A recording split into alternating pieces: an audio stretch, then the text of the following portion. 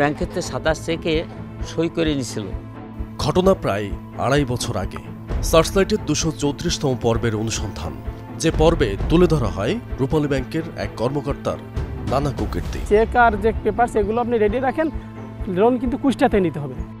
শুধুমাত্র bank check দিয়ে প্রতারণা জাল বোনা সেই কারিগরের নিপুণ কারসাজিও উঠে আসে টিম সার্চলাইটের অনুসন্ধানে। আমাদের 7টা মামলা করেছে। এত মামলাগুলো এক সময় হয়নি। আমাকে হাজিরা দিতে যেতে হয় গোপালগঞ্জ, আমাকে হাজিরা দিতে যেতে হয় ফরিদপুর। এরপর কেটেছে অনেক সময়, পরিবর্তনও হয়েছে অনেক কিছু, কিন্তু অমীমাংসিত রয়ে গেছে অনেক ঘটনা। জানি তো না যে ও প্রতারক, এতদিন তো বুঝতে পারি না যে এত বড় প্রতারক। রূপালী ব্যাংকের সেই কর্মকর্তা বায়েজিদ মোল্লার অদেখা কারসাজি নিয়ে সাজানো হয়েছে আমাদের দ্বিতীয় অনুসন্ধান।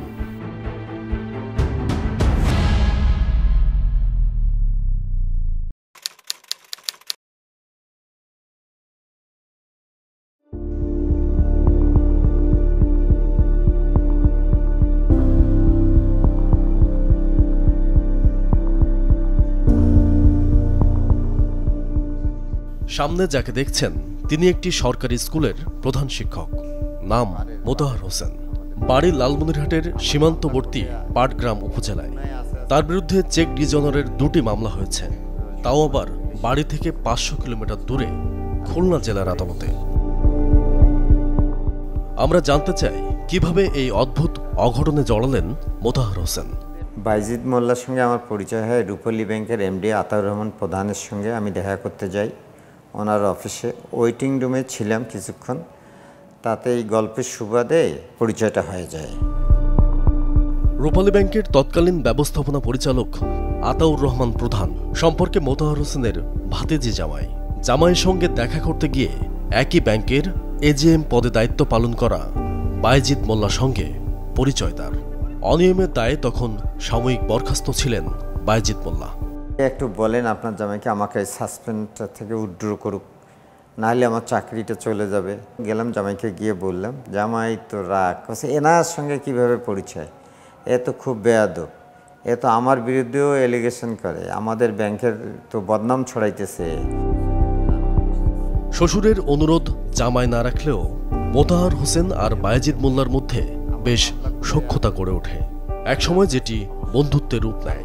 একদিন হঠাৎ করে ফোন করে বলল যে মোতাহার ভাই কোথায়? কাছে আসি, কাছে ঢাকা আসবেন কবে? তো আমি যে অমুক তারিখে আসবো। তোকে আসলে একটা আমার জন্য চেকের পাতা নিয়ে আসেন তো। আমি যে কী করবেন? কাছে জরুরি একটা কাজ আছে, আপনাকে আবার 2 সপ্তাহ পরে আমি ব্যাক দিব। চেক হাতে পেয়েই মামলার খেলায় নেমে পড়েন বায়েজিদ মোল্লা। ওই একটি চেকেই 2টি মামলার আসামি হন মোতাহার হোসেন।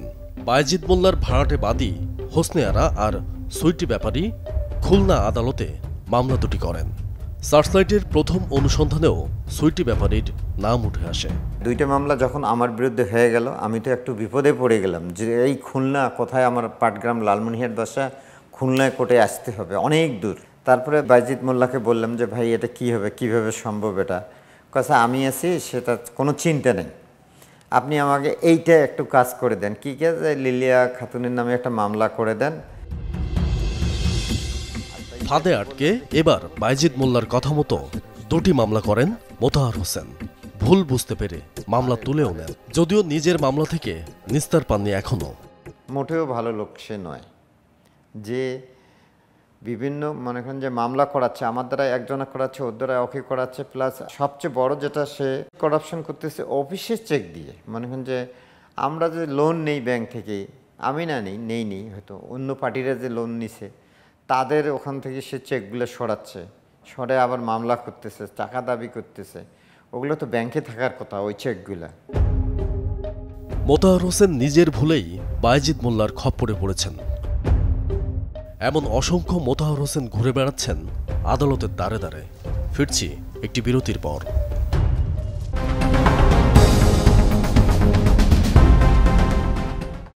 মানুষ ব্যাংকে শুধু টাকা নয়, আমানত হিসেবে বিশ্বাসও জমা রেখে আসেন।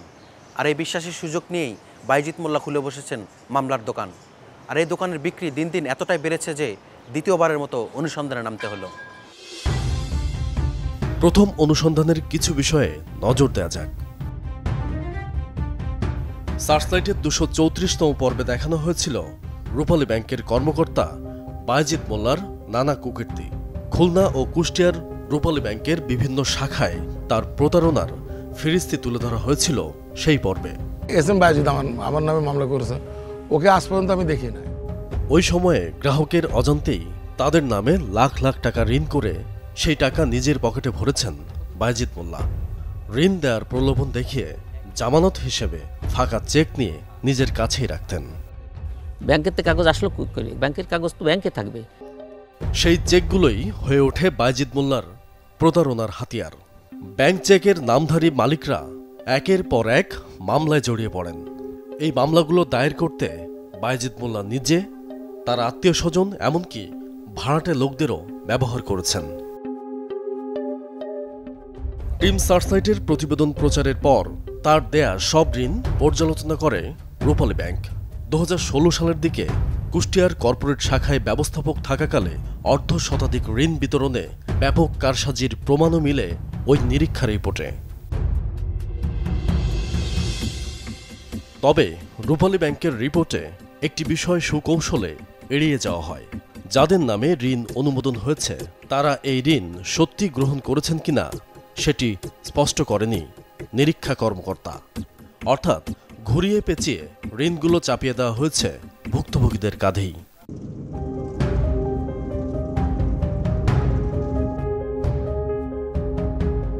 তেমনই এক ভুক্তভোগী শক্তিপদ বসু, খুলনার রূপসা উপজেলার পিঠাভোগ গ্রামের বাসিন্দা, স্থানীয় একটি মাধ্যমিক বিদ্যালয়ের অফিস সহকারী। সামান্য বেতনে সংসার সামাল দিতে রূপালী ব্যাংকের নতুন বাজার শাখা থেকে কয়েক দফা ঋণ নিয়েছেন, পরিশোধ করেন সময় মতো। বিপত্তি বাঁধে 2023 সালে। তখন দুদকের একটি চিঠি হাতে পান শক্তিপদ বসু। জানতে পারেন রূপালী ব্যাংকের কুষ্টিয়া শাখায় তার নামে 10 লাখ টাকা ঋণ। জীবনে কোনোদিন কুষ্টিয়াও যায়নি, শুধুমাত্র একবারে গিয়েছি যখন দুদকে আমাকে চিঠি দিয়েছে যে আপনার নামে 10 লাখ টাকা লোন হয়েছে। প্রথমে 5 লাখ টাকা লোন নিয়েছেন, মানে এটাও জানি না। তারপর 3 মাসের ভিতরে ওই লোনটা শোধ হয়েছে, শোধ করে পুনরায় আবার 10 লাখ টাকা ও রিকভারি করে আবার 10 লাখ টাকা লোন তুলেছে। তো এই ব্যাপারে তো আমি কিছু জানি না। বোঝা গেল মাত্র 9,000 টাকা বেতনে চাকরি করা শক্তিপদ বসুর নথি চুরি করে কুষ্টিয়া শাখায় গিয়ে বায়েজিদ মোল্লা নিজেই ঋণ অনুমোদন করে নিজের পকেটে ভরেছেন। বাধ্য করলে আমার তো গভর্নমেন্টের কাছে আবেদন, ব্যাংক কর্তৃপক্ষের কাছে আবেদন যে আমার দেওয়ার কোনো নেই, মানে কোনো সামর্থ্য নেই, কি করে দেব?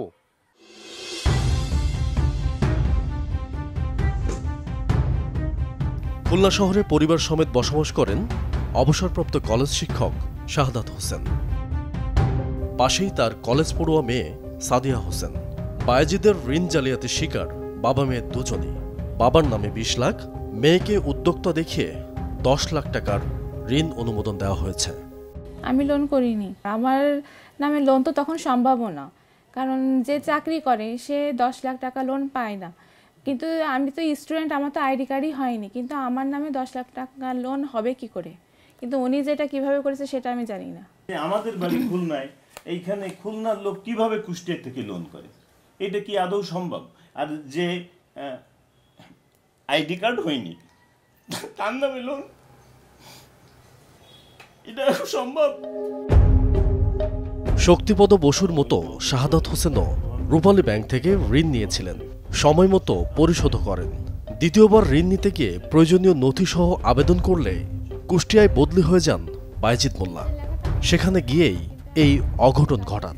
বায়েজিদ মোল্লা একজন প্রতারক লোক, সে যাচ্ছে না তাই একটা লোক, এভাবে মানুষের কাছে থেকে রক্ত চুষার মতো সে টাকা চুষে নেয়।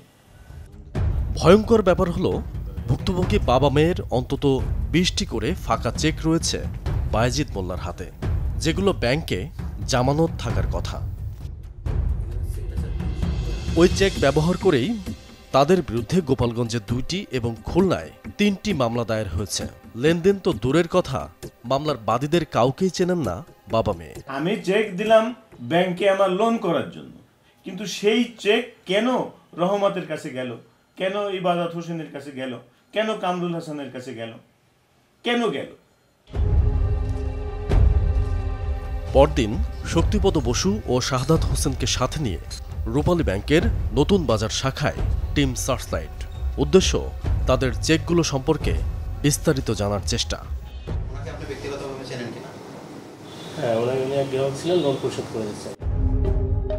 এত বছর আগের কোনো চেকই ব্যাংকের ভল্টে নেই, সরল স্বীকারোক্তি বর্তমান ব্যবস্থাপকের।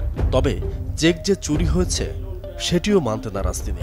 আমার লাইফে কখনো দেখিনি যে ব্যাংক থেকে কেউ আমার চেক নিয়ে যায় বা চেক চুরি হয়ে এই ব্যাংকের হয়, মানে ব্যাংকের চেক দিয়ে আরেকজন ব্যক্তিগত সুবিধা হয়। কিন্তু বাইজিদ মোল্লা এগুলো করছে, এটা কি অবগত? এটা আমি এই চেক কিনা এটা আমি নিশ্চিত না, মানে চেকটা আসলে ব্যাংকের কাস্টোডিয়ান চেক এই কাজগুলো করছে কিনা আমি নিশ্চিত না। বাইজিদ মোল্লার বিরুদ্ধে রূপালী ব্যাংকের নিরীক্ষা প্রতিবেদনে আরও একটি কৌশলী দিক খুঁজে পেয়েছে টিম সার্চলাইট। এড়িয়ে যাওয়া হয়েছে তার চেক চুরির বিষয়টিও। চেকটা ওই বাইজিদ মোল্লাই নিয়ে ওই ইবাদত হোসেনকে দিয়েই মামলা করিয়েছে। আপনি যদি অনুসন্ধান করেন আরও বহু লোক পাবেন যারা অসহায়ভাবে জীবনযাপন করতেছে, তার এই ফাঁদে বহু লোক পড়ে আছে এবং এক একজনের নামে 8-10টা করে মামলা দিচ্ছে। সার্চলাইটের অনুসন্ধান বলছে, শক্তিপদ বসুর মতো রূপালী ব্যাংকের শতাধিক গ্রাহকের ফাঁকা চেক বাইজিদ মোল্লার জিম্মায় আছে। অর্থ আত্মসাৎ ও মামলা বাণিজ্যে যেগুলো তার মূল হাতিয়ার। আমরা ব্যক্তি বাইজিদকে কখনোই চেক দিতে পারি না। আমরা লোন নিয়েছি, ওই চেয়ারে যে ছিল সেই চেয়ারে যে বাইজিদ মোল্লা, আমরা সেইভাবে ওই চেয়ারকে দিয়েছি। এখন বাইজিদ মোল্লা যখন ওখান থেকে চলে যায়, কৌশলে চেকগুলো ওখান থেকে সরাই নিয়ে ফেলে। ব্যাংক কর্তৃপক্ষের কাছে আমরা জানিয়েছি, জানালে তারা তদন্ত করে দেখছে যে কিছু চেক আছে, আর আমাদের যে সমস্ত চেক সব চেক নাই। দেখা যাচ্ছে আমার 10টা চেক, 2টা চেক রাখছে, আর 8টা চেক সে ওখান থেকে কৌশলে নিয়ে গেছে। আমরা সাংবাদিক স্কুল শিক্ষক দেবশঙ্কর বিশ্বাস আগের অনুসন্ধানেও যাকে দেখেছেন, বাবার চিকিৎসার টাকা জোগাতে ঋণ নিয়েছিলেন খুলনার রূপালী ব্যাংকের নতুন বাজার শাখা থেকে। এরপর একাধিক মামলার আসামি হন নেপথ্য কারিগর ব্যাংক কর্মকর্তা বাইজিদ মোল্লা।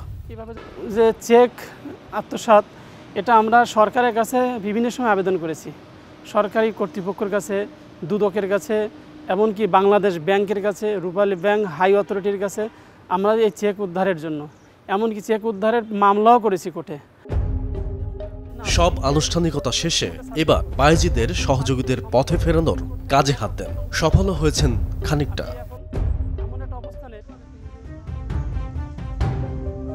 খুলনার তেরোখাদা উপজেলার মাদ্রাসা শিক্ষক গোলাম রসুল বাইজিদ মোল্লার অন্যতম সহযোগী।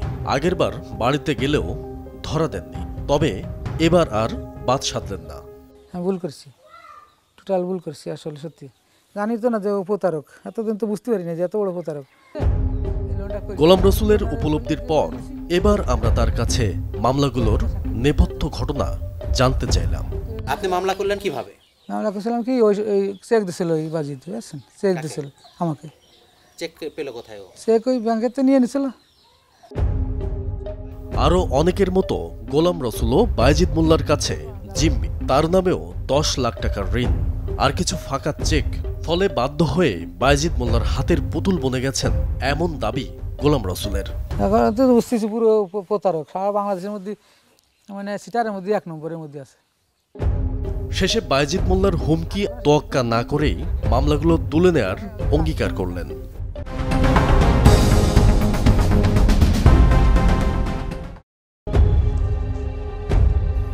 কথা রেখেছেন গোলাম রসুল। চেক প্রতারণার শেষ মামলাটিও নিষ্পত্তি করে ফেললেন। 3 বছর আগে বাইজিদ মোল্লার প্ররোচনায় খুলনার দাকব উপজেলার বাসিন্দা পিয়ার মণ্ডলের বিরুদ্ধে মামলাটি করেছিলেন তিনি। ভাই আমি যে ভুল করেছি, ভুল বুঝতে পারছি, ওই যে পরের কথা শুনে আসলে ঘরে আগুন দেওয়া ঠিক হয় নাই আমার। আমি ভুল বুঝেছি, তুমি আমাকে মাফ করে দিতে পারি। ছোটো ভাই হিসেবে, আমি তোমার বড় ভাই হিসেবে আমি তোমার কাছে মাফ, তুমি আমাকে মাফ করে দেবে। বড় ভাই, আমি তো আপনাকে মারতে পারবো না, এতদিন পরে যাই হোক যেভাবে ভুল বুঝে আমাকে পাপ থেকে মুক্ত করেছেন, এর জন্য আমিও আপনার কাছে অনেক কৃতজ্ঞ। পিয়ার মণ্ডল ও গোলাম রসুলের বিষয়টি সুরাহা হলো ঠিকই, দুঃসংবাদ হিসেবে আরও নতুন 3টি মামলার তথ্য পেলাম আমরা। মামলার নথিও সংগ্রহ করলাম গোপালগঞ্জ আদালত থেকে। একটির বাদী সাহরিন ভানু, অন্য 2টির বাদী এবাদত হোসেন। জানা গেছে এরা দুজন স্বামী স্ত্রী। এবার স্বামী স্ত্রীর সন্ধানে টিম সার্চলাইট। ঠিকানা ধরে আমরা গোপালগঞ্জ সদরের কলপুর গ্রামে। এলাকায় গিয়ে চমকপ্রদ তথ্য মিলল। সাহারিন ভানু বোলতলি ইউপি সদস্য, স্থানীয়দের কাছে শ্যামলী মেম্বার নামে পরিচিত। এবাদত হোসেনও এককালে ইউপি সদস্য ছিলেন। স্বামী স্ত্রী কেউ বাড়িতে নেই। ভেতর থেকে একটা নারী কণ্ঠ ভেসে এলো। বাবা ছিল, বাবা দূরে আছে, বাবা বাড়িতে ছিল। এবাদত ও শ্যামলী মেম্বরের মেয়ে কথায় বোঝা গেল আমাদের আসার খবরে তারা আগে ভাগেই সটকে পড়েছেন। এই যে দেখেন, এসকে হাসানের বিরুদ্ধে মামলা করেছে। অবাক ব্যাপার হলো, একটি মামলায় তাকে সাক্ষীও বানানো হয়েছে। বাবা মায়ের এমন কাণ্ডে ধিক্কারও জানালেন। বাড়িতে এলে তাদের দেখে নেবেন এমন হুঁশিয়ারিও দিলেন। আপনারা তো মিথ্যা বলতেছেন না, এগুলোর মধ্যে এরকম জড়াচ্ছেন, আসুক না, আমিই থাকবো না বাড়িতে। আমার এইসব ভালো লাগে না ভাই, এত ঝামেলা। পরে জানা গেল এবাদত ও শ্যামলী মেম্বরের মেয়ে একজন বাউল শিল্পী। টেলিভিশনের পাশাপাশি মঞ্চেও গান করেন। বোঝা গেল ক্যামেরার সামনে তার না আসার কারণ নিজেকে জড়াতে চাননি বাবা মায়ের কুকর্মের সাথে। আরও একটা গুরুত্বপূর্ণ তথ্য পাওয়া গেল স্থানীয়দের কাছে। রূপালী ব্যাংকের কর্মকর্তা বায়েজিদ মোল্লা সম্পর্কে এবাদত হোসেনের মামাতো ভাই। আগের মতো এবারও ধরা দেননি বায়েজিদ মোল্লা। মুঠোফোনে সশরীরে আমরা কয়েক দফা তার সাথে যোগাযোগের চেষ্টা করি, কিন্তু সব চেষ্টাই বৃথা। এখন প্রশ্ন হচ্ছে, বায়েজিদ মোল্লার কাছে জিম্মি থাকা চেকের সংখ্যা কত? কতকাল রূপালী ব্যাংকের নিরীহ গ্রাহকরা এই চেক মামলার আসামি হবেন? আর ব্যাংক কর্তৃপক্ষই বা কেন সেই চেকগুলোর বিষয়ে ব্যবস্থা নেয়নি? উত্তর খুঁজতে রূপালী ব্যাংকের খুলনা বিভাগীয় কার্যালয়ে টিম সার্চলাইট। কর্মকর্তা ভিন্ন একটি জেলায় পরিদর্শনে গেছেন, তাই মুঠোফোনই একমাত্র ভরসা। এটা গ্রাহকের কাছ থেকে রিপোর্ট আসতে হবে। কোনো গ্রাহকের কাছ থেকে আমাদের কাছে অভিযোগ দিলে আমরা অবশ্যই সেটা বিচারে নিব এবং এটা বিষয় অভিযোগ আন্দাজে তো বলতে পারবো না যে ওনার কাছে কতগুলো চেক আছে, তাই না? যেমন এর আগে কুষ্টিয়াতে একটা তদন্ত করা হয়েছিল, ওখান থেকে গ্রাহকদের কাছে এরকম খোঁজ খবর নেওয়া হয়েছিল যে আপনাদের কোনো চেক হারিয়েছে কিনা বা আপনারা চেকটা ফেরত পেয়েছেন কিনা। তো উনি যেখানে যেখানে চাকরি করেছেন সেই সব জায়গায় আমরা যদি এরকম কোনো স্পেসিফিক দু একটা অভিযোগও পাই, তাহলে আমরা হয়তো ওই শাখাগুলোর গ্রাহকদের কাছ থেকে আমরা তথ্য নিতে পারবো যে আপনার চেকগুলো, লোনের চেকগুলো আপনি যথাযথভাবে ফেরত পেয়েছেন কি না। দুর্নীতি দমন কমিশনও তদন্ত করছে বায়েজিদ মোল্লার বিরুদ্ধে। সেই তদন্ত কতদূর এগোলো তা জানতে এবার আমরা প্রতিষ্ঠানটির খুলনা কার্যালয়ে। হ্যাঁ, এটা মামলা হয়েছে, আমি কনফার্ম হয়ে আপনাকে বললাম আর কি। রূপালী ব্যাংকের প্রধান কার্যালয়ে গিয়েও মিলেনি সদুত্তর। তবে জানা গেছে সাময়িক বরখাস্ত বায়েজিদ মোল্লার বিষয়ে শিগগিরই স্থায়ী একটা সিদ্ধান্ত আসতে পারে। বায়েজিদ মোল্লার ঋণ জালিয়াতি ও চেক চুরির কাণ্ডে অবাক কেন্দ্রীয় ব্যাংকের এই মুখপাত্র। অভিযোগ আমলে নিয়ে তদন্তের আশ্বাস দিলেন। তার বিরুদ্ধে দুইটি ব্যবস্থা গ্রহণ করার সুযোগ আছে। একটি হলো প্রশাসনিক ব্যবস্থা। কনসার্ন ব্যাংক তাদের বিধিমালায় এই ধরনের অভিযোগে অভিযুক্ত এবং সেটা প্রমাণিত যদি হয়ে থাকে তবে তার বিরুদ্ধে প্রশাসনিক ব্যবস্থা গ্রহণ করবে। সেটা চাকরিচ্যুতি হোক বা অন্য যে কোনো বিষয় হতে পারে। আর অপরদিকে হতে পারে এটা যদি গুরুতর অপরাধ সেই হিসেবে তার বিরুদ্ধে কিন্তু ফৌজদারি ব্যবস্থা, দেশের প্রচলিত আইন অনুযায়ী ফৌজদারি ব্যবস্থা গ্রহণের সুযোগ আছে। আমানতকারী যখন লুটেরার ভূমিকায়, তখন রূপালী ব্যাংক কর্মকর্তা বায়েজিদ মোল্লার বেপরোয়া আচরণে আশ্চর্য হওয়ার কিছুই নেই। তবে তার এমন কার্যকলাপ ব্যাংকিং খাতের নিরাপত্তাকেই প্রশ্নবিদ্ধ করে।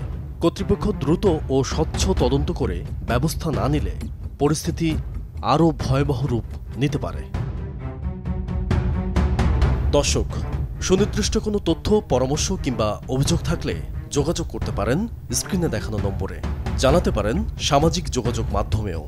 আপনার দেওয়া তথ্যে সমাজের রন্ধ্রে রন্ধ্রে ঘাপটি মেরে থাকা জমাট অন্ধকারে আলো ফেলবে টিম সার্চলাইট। অনুসন্ধানের আলো হাতে দেখা হবে অন্ধকার পথে।